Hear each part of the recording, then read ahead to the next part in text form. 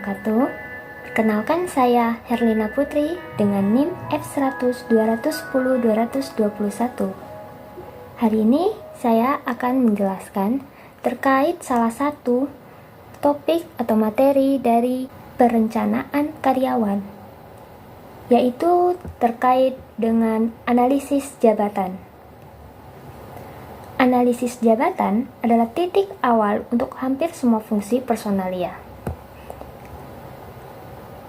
Dalam hal ini, personalia maksudnya adalah spesialis yang mengolah sumber daya manusia, atau dapat didefinisikan sebagai suatu proses perencanaan, pengorganisasian, pengarahan, dan pengendalian sumber daya dalam rangka pencapaian tujuan organisasi.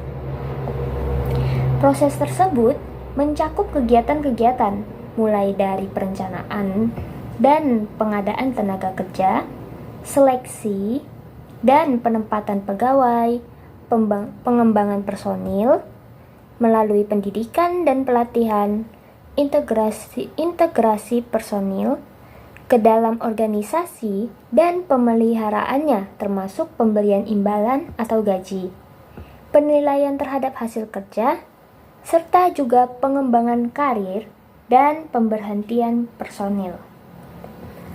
Analisis jabatan ini adalah kegiatan awal yang mengarahkan kepada kegiatan-kegiatan lainnya. Analisis jabatan sendiri mencakup mulai dari deskripsi kerja, spesifikasi jabatan, evaluasi jabatan, dan kriteria kinerja. Kita mulai membahas satu persatu mulai dari deskripsi jabatan. Deskripsi jabatan ini sendiri adalah uraian tugas, adalah deskripsi rinci tentang tugas, pekerjaan, prosedur, dan tanggung jawab alat dan peralatan yang digunakan, dan akhirnya produk atau layanan. Berdasarkan deskripsi yang saya jelaskan tadi, dalam hal ini kita bisa mencontohkannya, misalnya pekerjaan dokter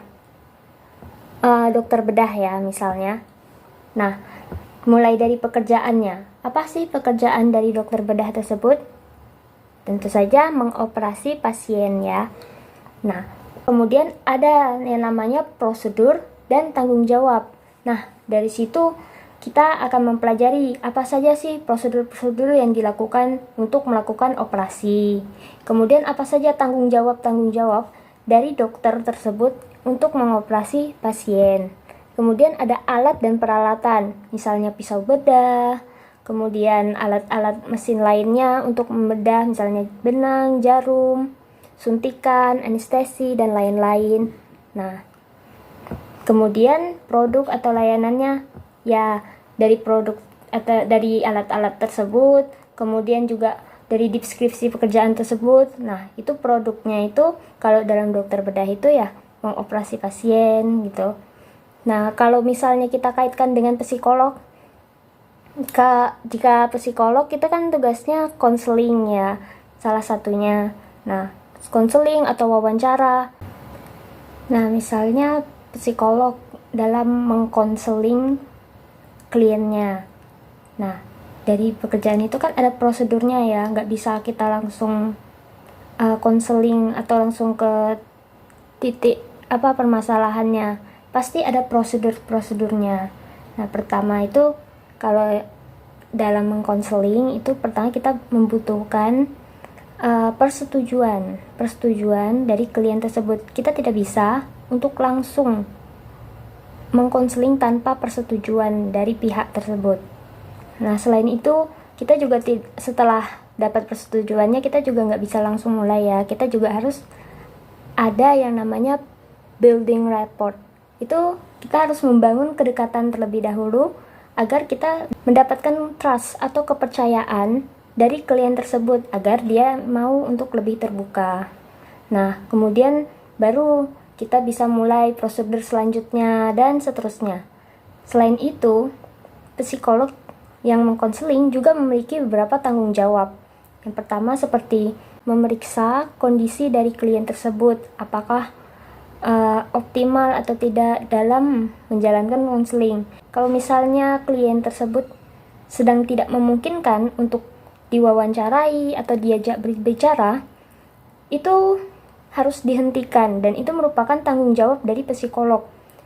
Juga merupakan tanggung jawab dari psikolog untuk membuat klien merasa nyaman, karena hal tersebut merupakan tanggung jawab dari psikolog untuk memfasilitasi klien agar dia merasa nyaman untuk berbicara. Dan seterusnya, kemudian juga ada alat dan peralatan yang digunakan. Nah, dalam hal ini, kalau psikolog biasanya dalam mengasesmen itu kan banyak tes-tes atau alat-alat tes yang digunakan, misalnya untuk mengetes IQ, WISE, atau mengetes kinerja atau ketahanan dari suatu pekerjaan, misalnya Pauli dan lain-lain. Itu masih banyak alat-alat tes lainnya untuk mengasesmen. Kemudian ada juga akhir produk atau layanan. Nah, akhir produk atau layanan yang disebutkan ini merupakan hasil atau datanya. Nah, misalnya kalau konseling, hasilnya didapatkan apa, diagnosa atau apanya. Kemudian kalau asesmen, hasil akhirnya ya data dari asesmen tersebut atau hasil yang didapatkan dari mengasesmen klien tersebut. Itu dari deskripsi jabatan aja sudah dapat banyak ya kita. Nah, kita lanjut ke cakupan yang kedua, yaitu terkait spesifikasi jabatan. Adalah pernyataan manusia tentang karakteristik yang diperlukan untuk melakukan suatu pekerjaan atau dalam memegang suatu jabatan. Nah, biasanya ini merupakan suatu uraian tertulis tentang latar belakang, pendidikan, pengalaman, kemampuan, dan kompetensi sebelum atau hal-hal yang lain yang berhubungan dengan pekerjaan yang harus dimiliki seseorang sebelum mereka mengisi suatu jabatan atau pekerjaan tertentu sehingga dapat berfungsi secara efektif. Nah, dalam hal ini misalnya aja tadi psikolog ya atau dokter, mereka harus memiliki latar belakang pendidikan yang sesuai agar kemampuan, pengalaman, serta pengetahuan mereka dapat berfungsi secara efektif. Misalnya kedokteran, mempelajari anatomi, mempelajari berbagai hal terkait manusia, fisik manusia. Nah, hal itu, pengetahuan-pengetahuan tersebut kemudian akan dilatih melalui pengalaman dari pelatihan, magang, dan lain-lain yang akan menuju kepada skill atau kemampuan serta keterampilan sehingga melahirkan kompetensi atau hal-hal lainnya yang berhubungan dengan pekerjaannya. Oke, kita lanjut ke cakupan yang ketiga, yaitu terkait dengan evaluasi jabatan. Evaluasi jabatan adalah penilaian relatif dalam menentukan nilai suatu jabatan atau pekerjaan dibanding dengan jabatan atau pekerjaan lain di sebuah perusahaan. Evaluasi jabatan merupakan bagian dari proses manajemen sumber daya manusia yang digunakan untuk membobot suatu jabatan untuk menghasilkan nilai jabatan dan kelas jabatan. Hasil evaluasi jabatan merupakan nilai atau peringkat. Jabatan ini dapat digunakan antara lain dalam perhitungan tunjangan, penempatan posisi jabatan, dan penataan jabatan. Kemudian kita lanjut ke cakupan yang keempat, yaitu terkait dengan kriteria kinerja. Kriteria kinerja sendiri adalah dimensi-dimensi atau unsur-unsur indikator pengevaluasian kinerja seseorang pemegang suatu jabatan atau pekerjaan.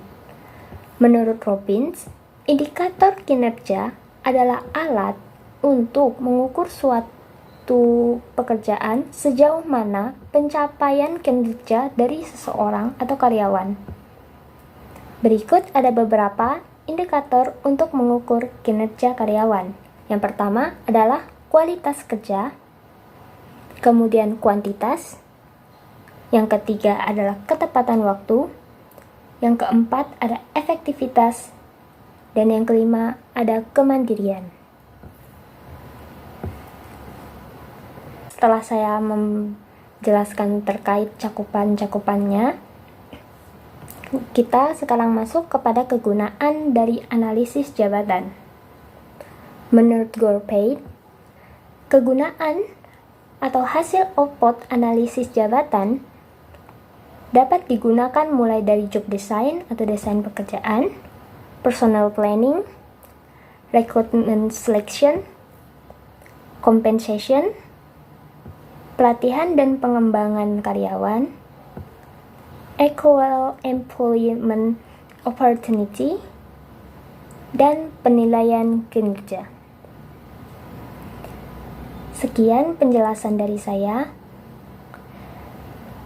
Semoga dapat bermanfaat bagi kita semua.